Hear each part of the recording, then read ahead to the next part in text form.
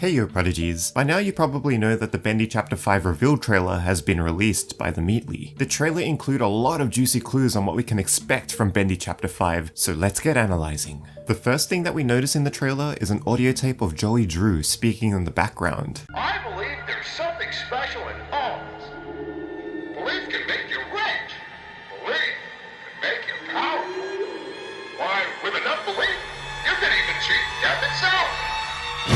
It's basically a replay of the Chapter 4 audio recording where he talks about believing in cheating death. The interesting part about this, as the moment he talks about cheating death, the scene changes. Why, with enough belief, you can even cheat death itself. So maybe this was his purpose, his goal in the entire game after all. Perhaps he did start a deal with the devil to become immortal and drag down all his employees with him. The next biggest thing that you will notice is a bunch of papers with handprints on them. The trailer also shows a message on a wall that says, "What am I?" Now so far, all of this points to the story of the Lost Ones and how they became the way that they are. We know from previous chapters that the Lost Ones are Joey Drew's workers and some of the workers that worked on Bendy Land. This is because Wally Franks refers to some of these workers in his Chapter 4 audio tape, and we also see one of the Lost Ones banging its head against the wall in one of the cartoonist's rooms. It really does look like all of this hints towards us learning more about the Lost Ones, why they believe in the Ink Demon, and how Joey Drew caused them all to become the way they are. Next we see a sign above a doorway that says, "Not monsters." This gets me thinking about why they would write such a thing. Who would be there to call them, of all things, monsters? They actually look more normal than anything else in the studio. And I think it would be pretty darn twisted if Joey Drew did this to his workers just to make Bendy Land even more entertaining.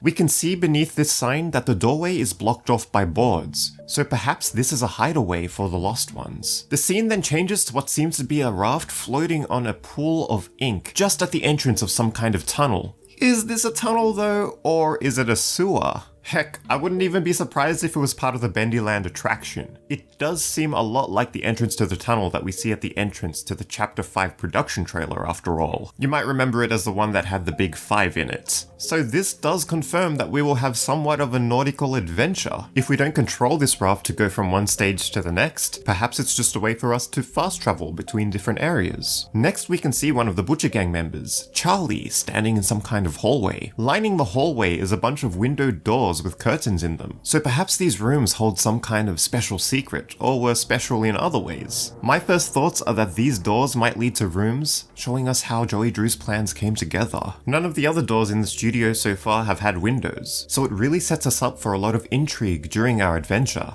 Behind Charlie is a moving shadow, and it kind of looks like the projectionist. The shadow extends to the floor, and we can see what looks like a little arm poking out, kind of similar to the projectionists from the previous chapters. If that isn't an arm on the floor, then this must be some kind of really smoothly moving machine, because this thing looks like it was living. Maybe the projectionist coming back again and again was just a running gag that began in Chapter 3, or even creepier, maybe it's the projectionist's body, with something else attached to his head. I mean, we didn't get to see where Ink Bendy took the projectionist's body in Chapter 4 after all, so it's looking pretty creepy. And it wouldn't be the first time that we've seen evidence of some kind of chimera in the story. We've seen Mutant Boris in Chapter 4, and we've also seen the collage from Chapter 3, not to mention Alice Angel looked kind of mangled herself. So perhaps the projectionist's fate was a little more scary than expected. Behind Charlie, we can see what looks like some kind of special doorway. Maybe this will be the way to Joey Drew.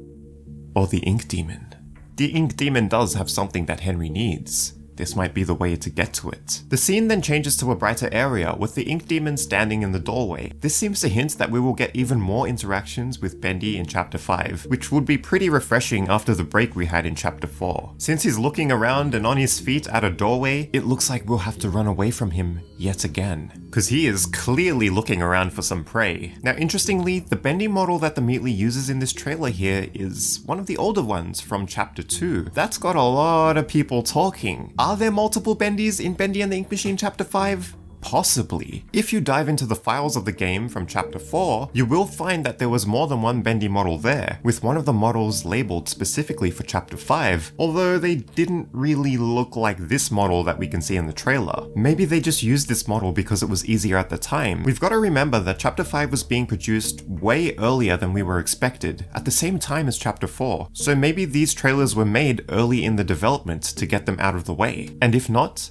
it would be awesome to see the evolutionary stages of Bendy throughout chapter 5. I know I'm praying for beta Bendy. On the left-hand side of this room, we can see what looks like a machine with an open ink pipe. Perhaps this is the final destination for the ink machine, and it would allow us to finally understand why we were chasing the ink machine throughout the story, and perhaps give more information on Joey Drew's plans. Then we hear Alice Angel, ready for action. Listen. Looks like we're in for a fight.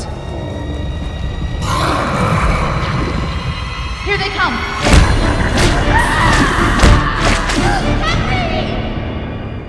She quickly slices and dices some of the searchers, and then the scene cuts to the Lost Ones. Yes, the Lost Ones. You might be wondering why they're so aggressive to Alice. Well, remember that message that they wrote in chapter 4 above the vent that Henry takes to get to Bertram's room? Uh-huh.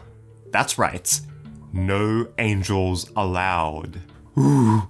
And it's clear from this trailer that they meant business, so we have more enemies on our tails. That being said, it does confirm that this Alice Angel is actually our friend, and it adds a lot of sense behind her killing Imperfect Alice before she gets to maul Henry. Taking a deeper look at the area that they're fighting in shows that there are a lot of fairy lights, storage containers, barrels, pots of ink, and handrails, just like the storage area for Bendyland. The ceiling also seems to be made of dirt, so unless we get to backtrack a bit, it seems that we're going deeper still into the depths of Bendyland, and it looks like we're going to learn a lot more about it, and I hope that we get to learn a little bit more about Bertram Piedmont as well. So I'm probably not the only one who was in awe seeing Alice Angel get into action like that, so you may be wondering a similar thing that I am right now. These fight scenes are so intense and dynamic, so does that mean we get to control Alice Angel? Or will they just be cutscenes? My money's on that just being cutscenes. I mean, just take a look at the action that we have as Henry, but you never know. It's just cool to think about. Whatever the case, it does seem that we're in for a lot more combat and a lot of surprises now that the Lost Ones are after us. Alice says it best herself. Looks like we're in for a fight. At the end of this fight scene, she screams out at Henry, which suggests to me that they either get separated or someone gets into some kind of dire situation. And hey, if they get separated, then it would be cool if we get to control one of them. Okay, I'll stop about that now. That's probably not gonna happen. But a Bendy fan can dream. Otherwise, she's probably just screaming at him to prevent himself from being endangered by something. And at the end of the trailer, we can hear that all familiar whistling that we hear behind the door that Ink Bendy guards in chapter 4.